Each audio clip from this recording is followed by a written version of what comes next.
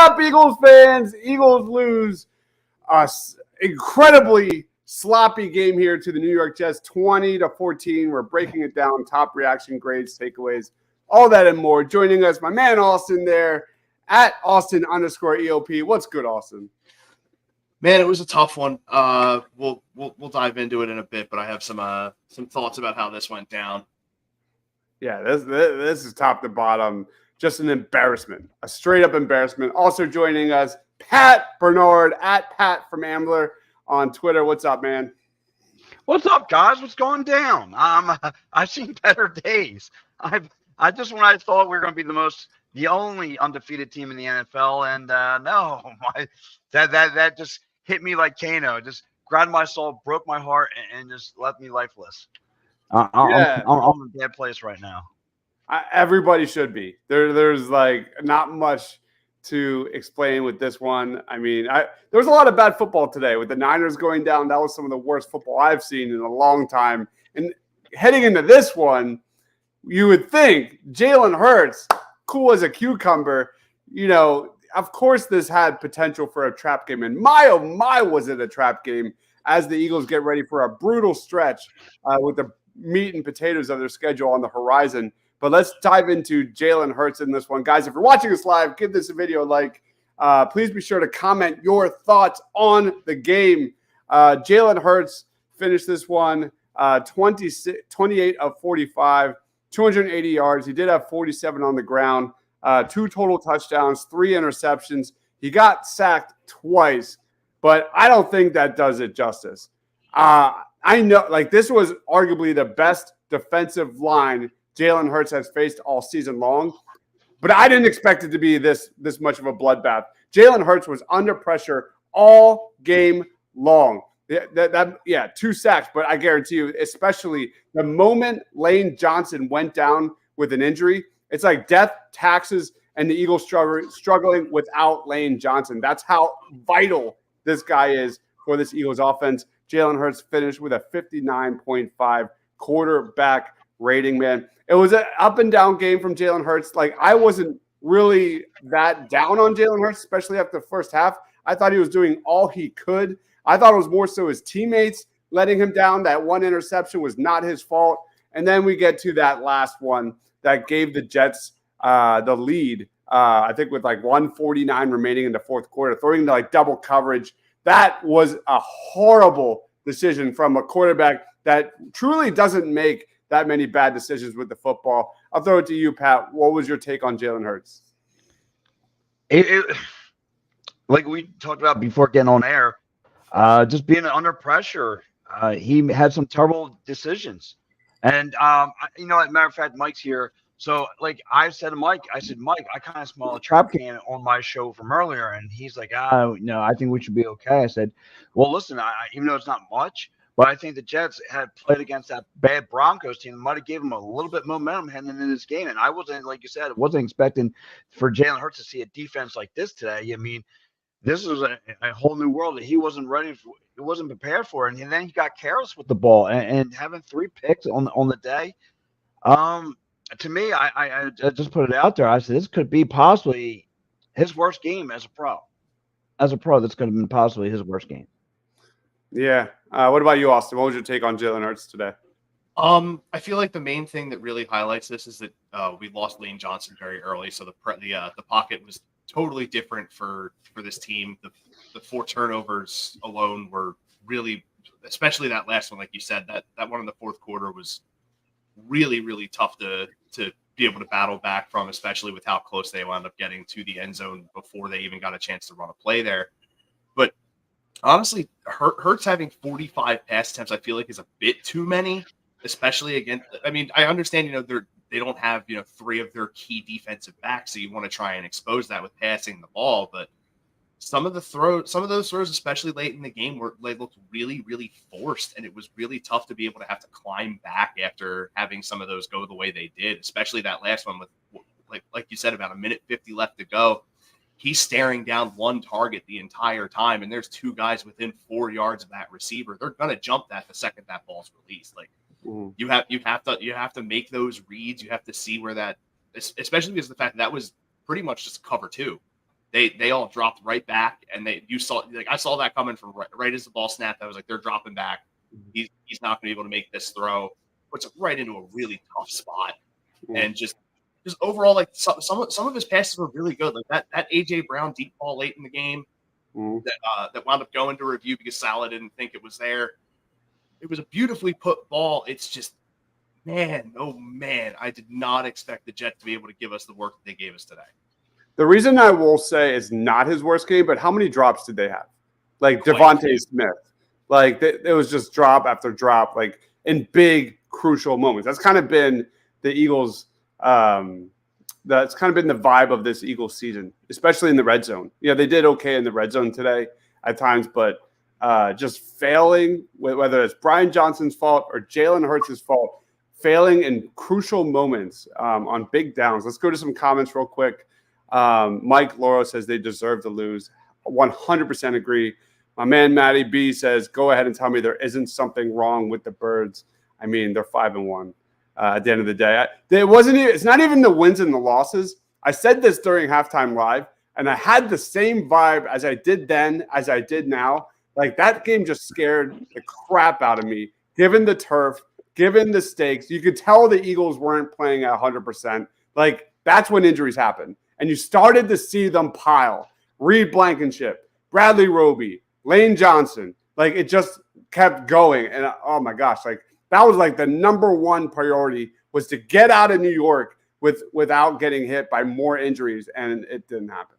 Mike Lowe says Jalen held the ball for way too long. I mean, that's for sure, but he was also under pressure all game, especially in that second half. Ryan says Eagles pocket collapsing the way it did. You and there was a couple to make something happen. And there was a couple passes, though. I will agree with you guys that Jalen Hurts did make some nice, crisp, bullet-like passes to over the middle to A.J. Brown, a couple to Devontae Smith. But, again, where this falls on the offense, I mean, them not keep that ball in possession, to go upfield. And then, easily the Jets were pickpocketing the football out of their hands. And that's what really cost the game here. Yeah. Ryan says Eagles passing the ball as much as they did cost them way too much passing, not enough running the ball, foolish play calling. I like this comment. Easier to run block than pass block. That's been the bread and butter of this Eagles offensive line, run blocking. They're the best zone run blocking offensive line, period. And I agree. Like, the second lane goes out, maybe you should have adjusted there and went with more Swift. That is a really good comment. And I think, Austin, you touched on that. Ryan says way too much passing, forcing bad throws. Why not run the freaking ball? Lane Johnson is the best player on this offense, period. No doubt about it. Devontae had his worst game as an Eagle, man. Yeah, I mean, they went to him early, too, and he just seemed down. Like, he was dropping passes. Like, again, going back to Hurts, though, like, the Kenny Gainwell pass. Like, that was, Jalen Hurts avoiding pressure, throws it to Kenny Gainwell for a first down on the sideline, just straight hits his hands and he drops it. Like, that was the Eagles' day. It just wasn't the Eagles' day. Quentin, I doubt I will pick this lame-ass team to win a game this season. Brian, what's going on, Brian? They did not play well at all. Lack of a running game, turnovers, the offense is struggling. How about Jake Elliott missing a freaking field goal? Like, right when we needed him. I know. It was like a 30-some yarder of all things. Crazy. He's been the team MVP. Just everybody was out of sync. Walter did Hurts and Wilson switch bodies. The last interception was disgraceful. There were times, and I did think Zach Wilson stunk in the first half, but there were times when Zach Wilson looked like he was making some throws, which is not great. Is this show or excuses fest? Oh my God, Matt, we're gonna dive into it. And Quentin says the offense is bland, lacks motion, lacks creativity. We did see a couple of nice plays, but I agree, Quentin. We need to see more of that on a consistent basis. All right, let's get into what else we saw from this Eagles offense. A.J. Brown had a huge day. He had 7 receptions for 131 yards. I think A.J. Brown is low-key one of the most frustrating players on this Eagles team. Yeah, those stats were great, But if he doesn't stutter or look back, that you could probably add a 50, 60-yard bomb touchdown score on top of that, because Jalen Hurts would have hit him had A.J. Brown not stopped running his route. Anyone have any thoughts on what we saw from A.J. Brown or in general this offense? I'll throw it to you, Austin. Well, I do want to give hats off to AJ because of the fact that this was his 4th consecutive game with 125 or more yards receiving, and he's the only active player to have such a streak so far in the league right now, which is awesome. Like you said, that he could have had closer to 200 and a touchdown if he didn't slow up on that one route that Hurts saw him with that deep ball. Aside from that, like one of the comments said earlier, the offense is just very I don't want to use the term bland because I feel like that's too negative, but vanilla, I feel like, is the term that I want to use the most here, because you're not seeing as much creativity as you did last season and the season before with the offensive talent that we have. And also, again, just coming back to Lane Johnson being hurt, like he's vital to the offense's success, to the protections that Jalen Hurts gets, the time that he has in the pocket to be able to make his decisions. That pocket was collapsing heavy on the right-hand side all day after Lane Johnson went down, and it was tough to be able to battle back from that. Yeah, like the struggle for the Eagles offense has been the red zone, or lack thereof. Coming into this week, the Jets defense was a top 3 defense, a top 3 red zone defense. And the Eagles finished 2 of 3 in the red zone. Yet they only scored 14 freaking points. It was just the turnovers. It was just the bonehead mistakes, Pat. Any thoughts overall on this offense before we get into defense? No, I mean, to me, A.J. Brown was the only one who really kind of showed up on offense as far as catching the rock. I mean, everyone else was having these boneheaded-like plays. Even Goddard had one early. You had Devontae Smith got his ball popped out of his hands. I mean, there were plays where, they weren't, getting any ground. And I saw my man, what's his name, one of the callers here, chimed in the show, was talking about run the rock. Well, they weren't successful run the rock. And if you looked at the game plan, like Austin mentioned earlier, their secondary was suspect, and we weren't expecting the guys from the practice squad to step up the way they did. But I mean, if I was Nick Sirianni or the offensive coordinator, I'd be throwing the rock too all day and trying to expose that second. They were leaving it over the middle wide open for the Birds to do what they had, take care of business. It was just didn't pay off. I mean, like you said, only 14 points at the end of the day is not good. And to me, it was some of the vanilla play calling. It was the same formations constantly on the field. It was nothing creativity, nothing, I didn't see much out of that. So to me, I got to point the blame at the play calling. Brian Johnson but the dagger is, when all said and done, losing Lane Johnson, every time this guy's out of a game, you see what a difference it is from when he's on the field and when he's off the field. The production really, really hurts. And a quarterback like Jalen Hurts, it's got to scramble for his life. And that's what this is what the game came down to. Yeah, and I'm glad you brought up the play calling, Pax. That was something I did want to bring up here. You're sitting at about 20 seconds off of the 2-minute warning. You're up by 2 points. You're coming out with an empty backfield. Why are you doing that? Just run the ball, eat the clock, tap on a field goal, and make them work with no time. You're running 5 receiver sets with no running back. You're not going to eat clock that way. You saved them time to be able to get something going. And what they got going was they waited for an empty back set. They jumped on a route, got a pick, got into great field position, and scored the go-ahead touchdown. It's just, I mean, Dave, I agree with you. I want to blame James Harden for this because I don't want to blame anyone on this team because of the fact that they played so good coming into this game.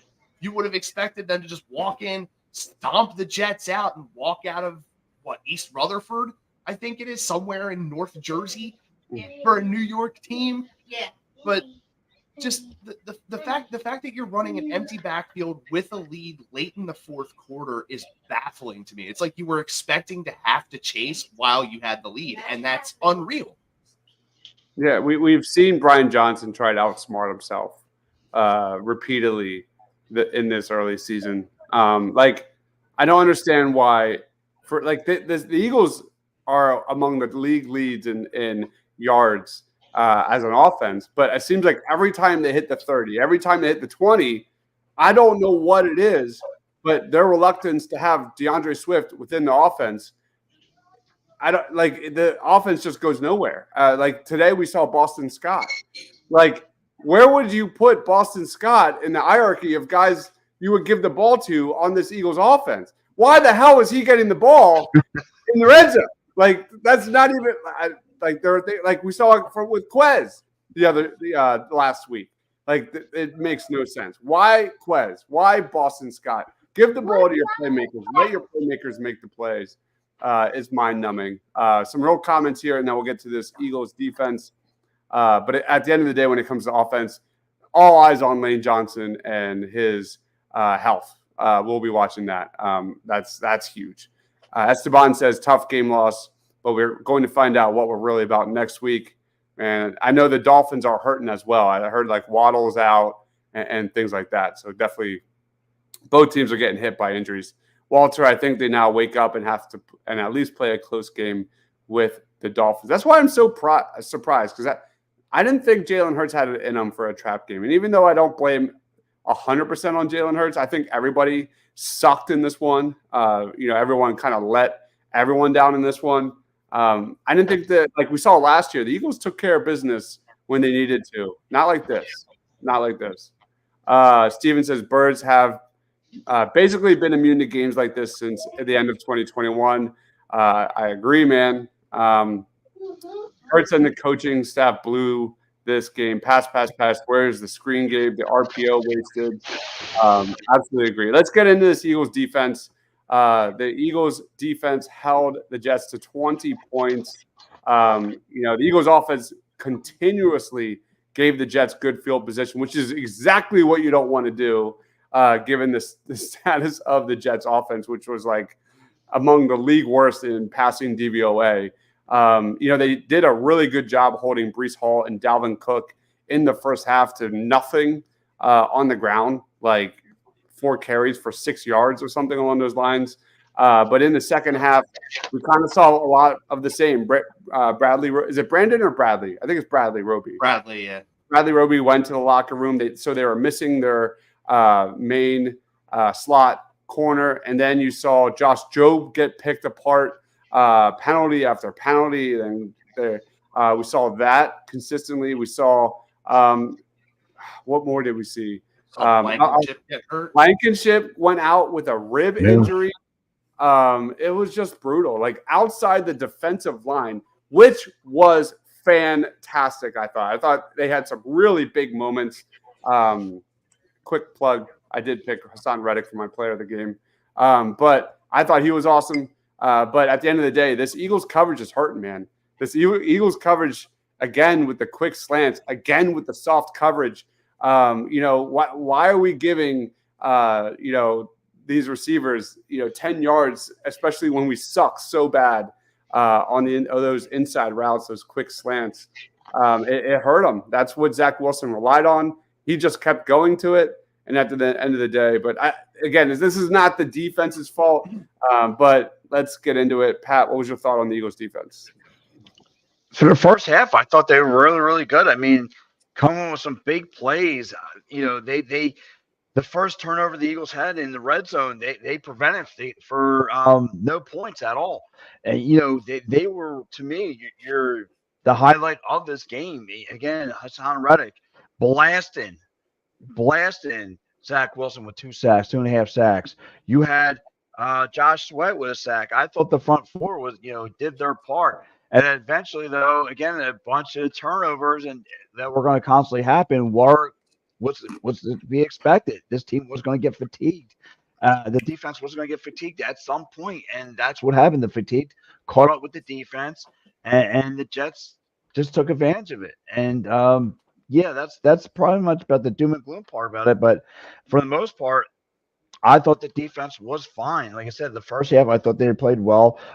Came up with some big I but other than that, it sucks for what happened. Yep. What about you, Austin?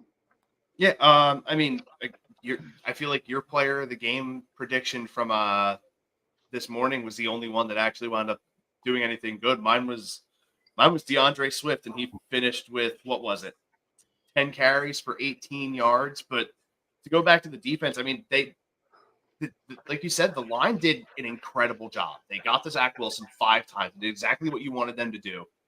And they really did do a lot for, containing the run game, because Breece Hall and Dalvin Cook are both very explosive runners. And to be able to contain both of them combined to under 100 yards is incredible. Just something about that whole second half, something just changed with the Jets. That, like, they flipped that switch and they just came out just ready to crack. And they really just dug in and got at it. And I feel like, you got to give a ton of credit to them for, being able to adjust and come out in the second half and be able to really take control of the game. Mm-hmm. And like you said, a lot of the short passes, the quick reads, that's where Zach Wilson's actually really effective. You give him less than 3 seconds to have to throw, he actually is a very dangerous quarterback. You saw it in even against the Chiefs. Like, any of the games where he's getting like 2.5 at the most seconds to take his drop, get his throw out. And he was making a lot of those key throws. And especially with the fact that, you kept seeing Garrett Wilson have to come on and off the field in the second half dealing with that ankle injury. He was still really tearing the secondary up. I mean, it wasn't very often that you had Bradbury on him, because they like to run him in the slot a lot. So the fact that you weren't really like latching Bradbury onto him throughout the entire game, knowing the threat that he can be, helped the Jets offense really expose our secondary for not being as strong as it is right now, considering the fact that we had a lot of guys injured by the time that second half came around. Yeah, I wonder at what point do the Eagles bring in an outside corner to replace Josh Jobe? It's just not working. I will also wonder at what point do you bring in someone beyond to replace Jack Driscoll if Lane Johnson has to miss any time.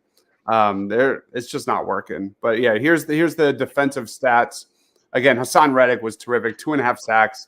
He has more sacks now than he did at this point last season, and he finished with 16 sacks.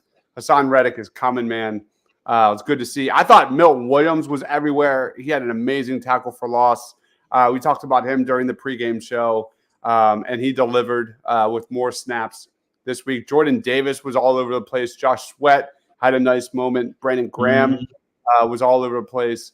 But yeah, I looked directly at that Josh Jobe, Terrell Edmonds area, and it was brutal. And with Bradley Roby going out and Reed Blankenship going out, man, Eli Ricks playing out of position, it's just brutal. It's just brutal at this point. Like, I legit remember raving about these Eagles, the depth of the Eagles secondary during the preseason. I remember like going back, like, oh my God, like, we're diamonds in the rough with Eli Ricks and all these guys.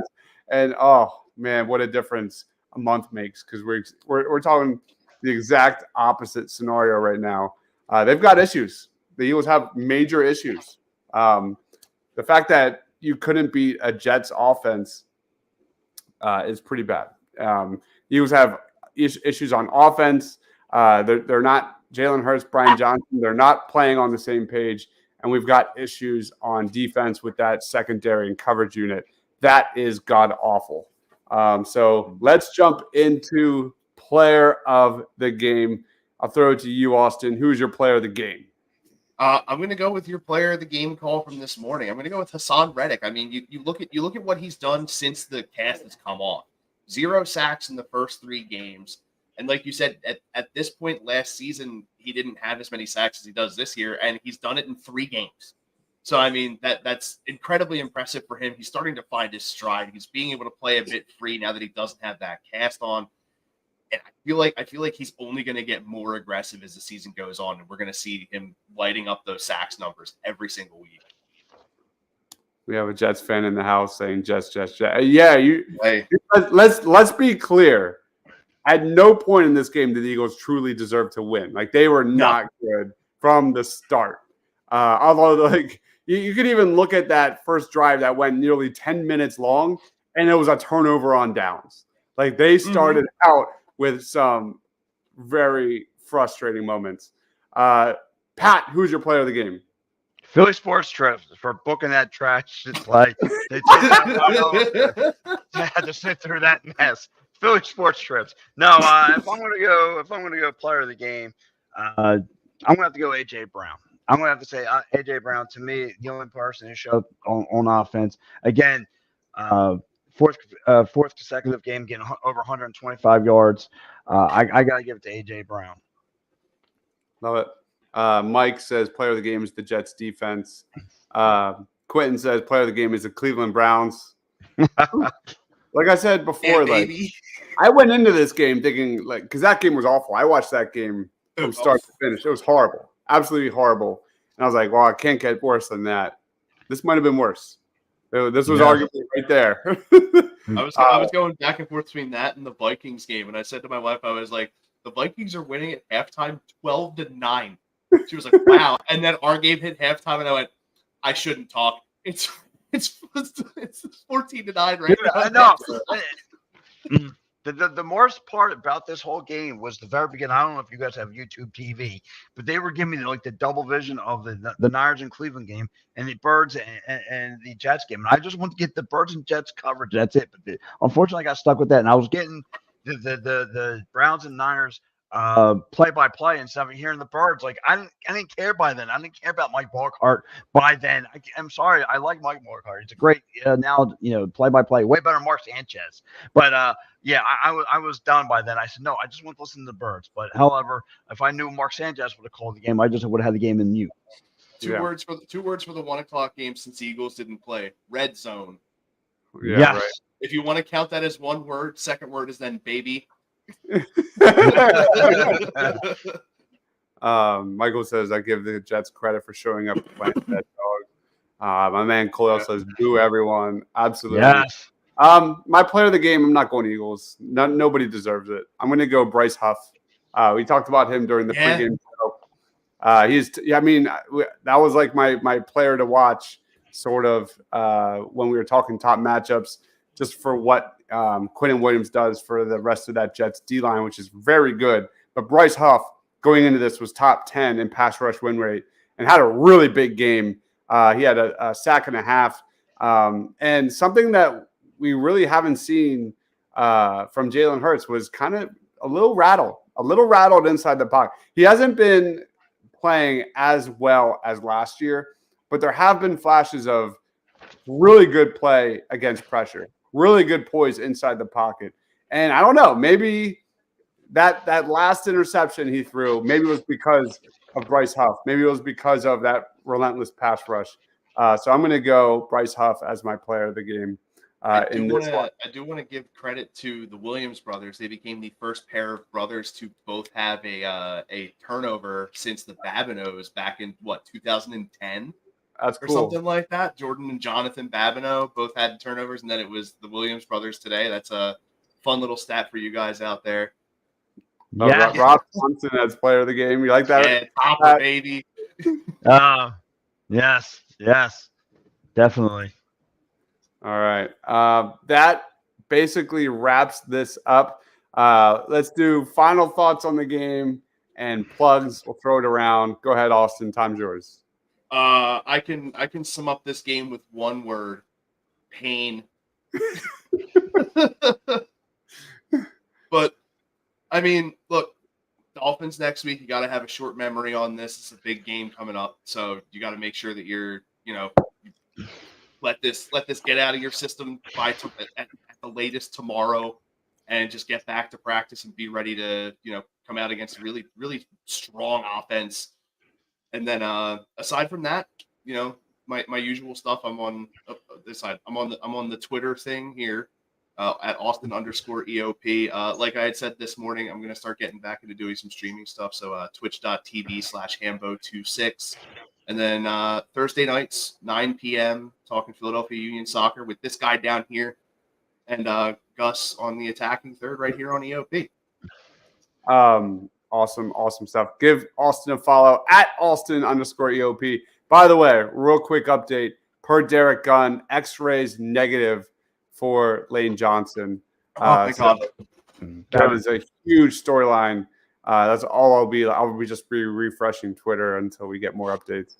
because that's so vital. I mean, like the Eagles are like 13 and like I'm making this up, but from what I remember, they were like 13 and 27 without Lane Johnson. It's like crazy. Very, very poor record without Lane. It's crazy, given how much success they've had the last few years. Pat, what do you got going on, man? Final thoughts.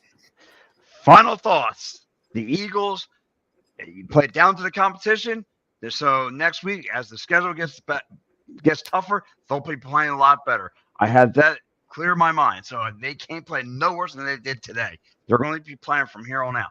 So they're going to bounce back from this. They're going to go back to the drawing board, and they're going to figure this out. They're going to figure out Brian Johnson needs to figure out getting back to the game we saw last week again in LA, again created with the with the offensive playbook. We're going to need to see all that. We're going to need to see if we can have the defense doing what they did today and not get them fatigued. I know I saw the long comment earlier from Sean Kilrain saying, Pat, you cannot blame the defense as much because they are lingering with injuries. You really can't use that because the Jets had it 10 times worse. They had guys from the practice squad. They didn't even have their mascot undone to come up and play, and they actually outplayed the Birds. So we can't have that. But I think, anyway, the Birds bounce back next week, and I think they are going to steamroll at home against the Dolphins. My other takeaway from my plugs, you can catch me here, EOP, was also in Attack and Third Steel Steps podcast. You can catch me PM in the AM, Sunday mornings at 9 a.m., 9 p.m. with all the cross all the time. And yes, your Philadelphia Union beat reporter and Philadelphia Wings beat reporter right here. So catch all my work right here on Edge of Philly Sports. All right. He is Pat from Ambler. Always amazing. PM in the AM is one of my favorite low-key shows, man. I love waking up Sundays and watching that, man. It's awesome. At least somebody does, because I hate sitting next to Mike. So that's my dude. I'm pretty sure Mike would say the same thing about sitting next to you. It's all love. Yes, it's all love, dude. I give that man credit for sitting next to me and with me and my jokes. I don't even sit in a physical chair next to you, and I don't like being next to you sometimes. You're right. Listen, I get that call. Matty B lets that be known all the time.